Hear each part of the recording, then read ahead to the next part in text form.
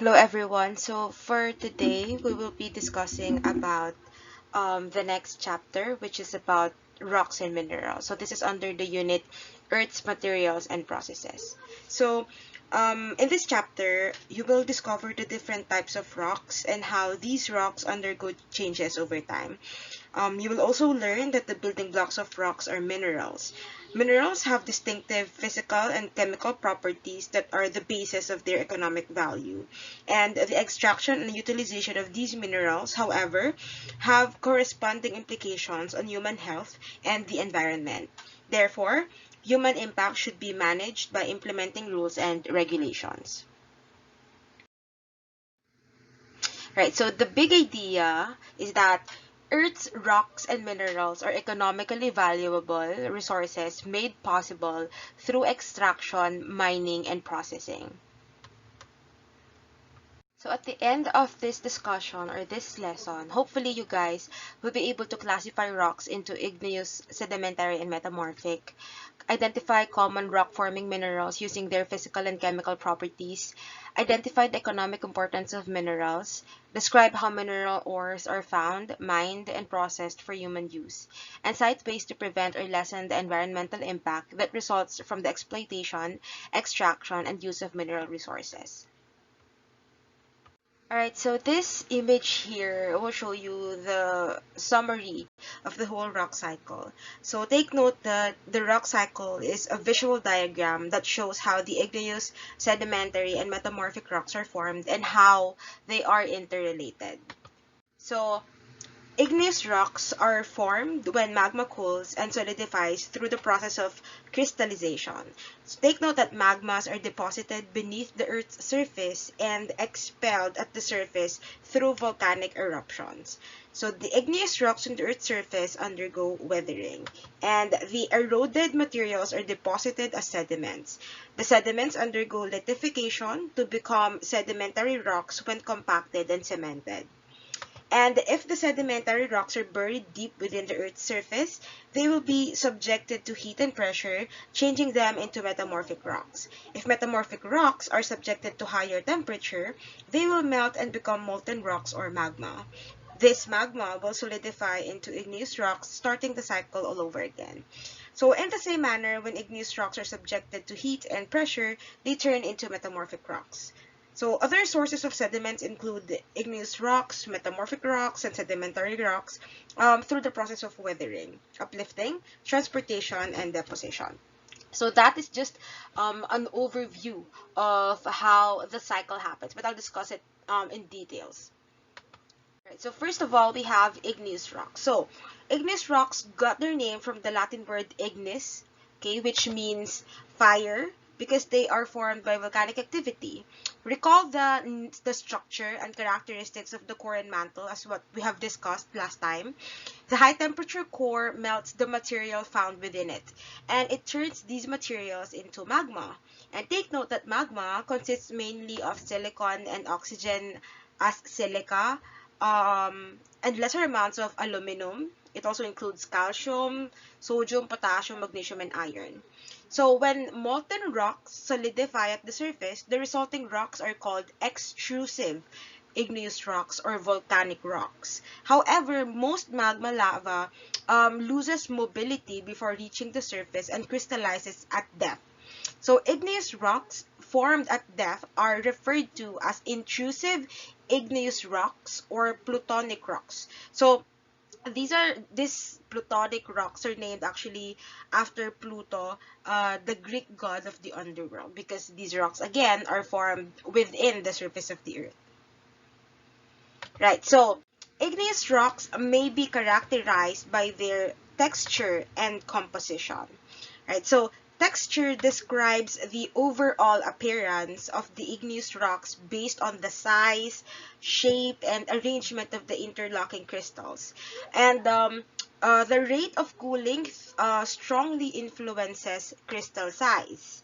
So take note that slow cooling of magma results in the formation of large crystals, and on the other hand, rapid cooling results into the formation of small crystals.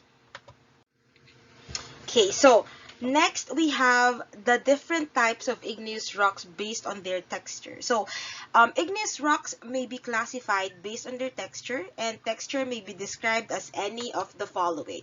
So, first of all, we have coarse-grained or phaneritic. So, this type of igneous rock texture consists of large crystals that are clearly visible to the eye with or without lens or microscope. So, this is an example of a coarse-grained or phaneritic igneous rock. So this is granite. Okay, next we have fine-grained or aphanitic. So fine-grained or aphanitic texture consists of small crystals that cannot be seen by the eye, even with the aid of hand lens.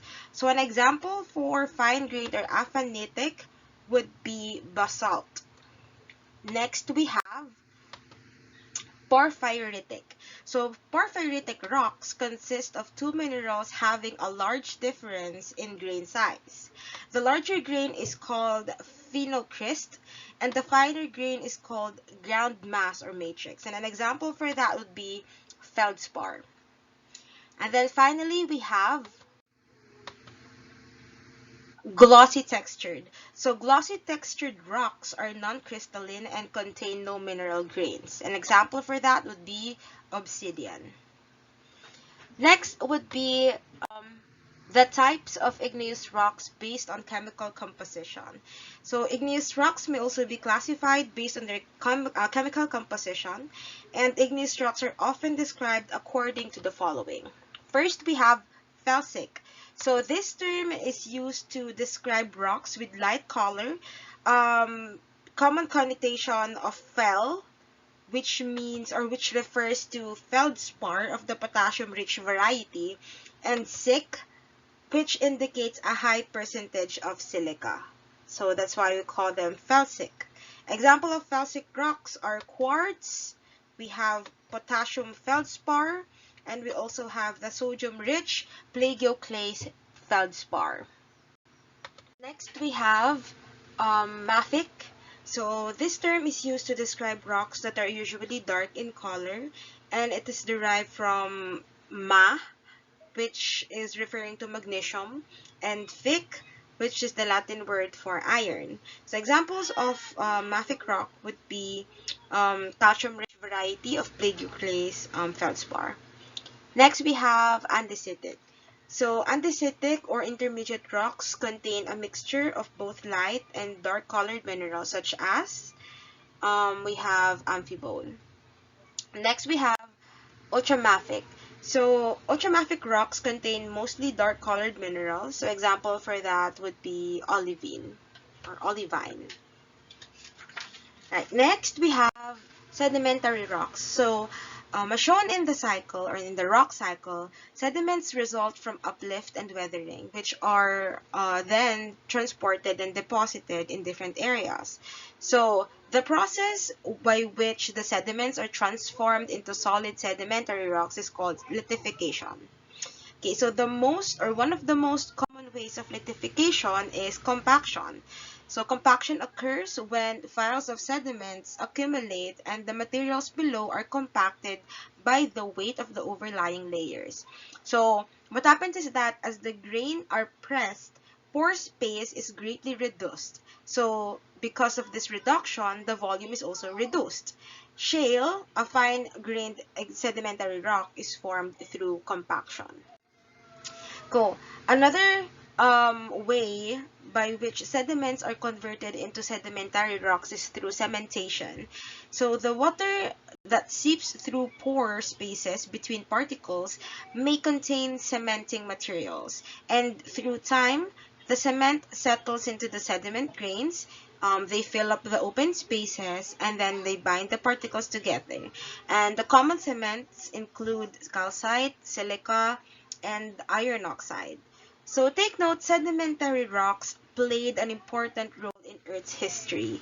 As layer upon layer of sediments are accumulated, they carry with them records of the condition of the environment at the time the sediments were deposited. These layers are called strata. They are distinctive characteristics of sedimentary rock.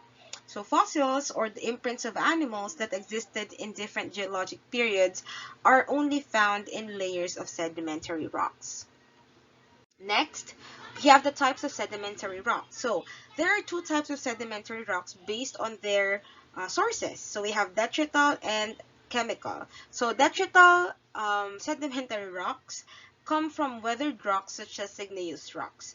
The basis for grouping is the size of particle making up detrital rocks. And these are the different types of rocks based on their size, or based on the size of the grain.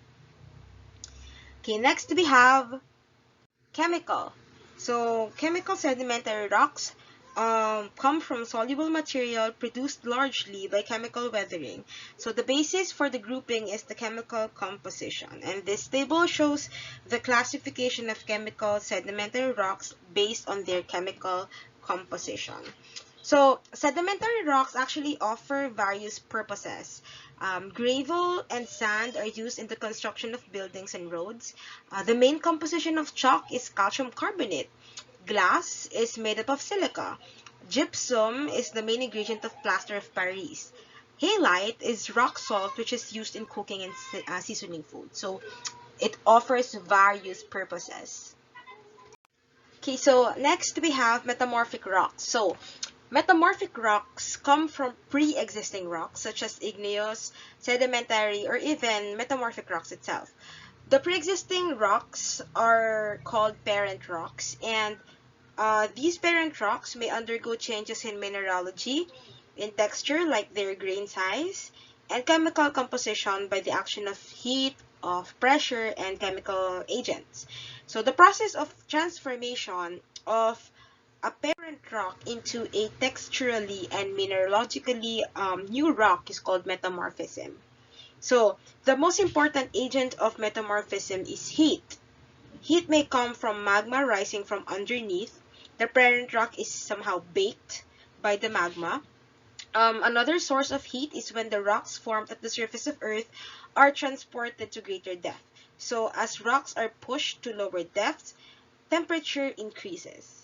Heat causes chemical reactions that result in recrystallization of existing minerals and formation of new minerals.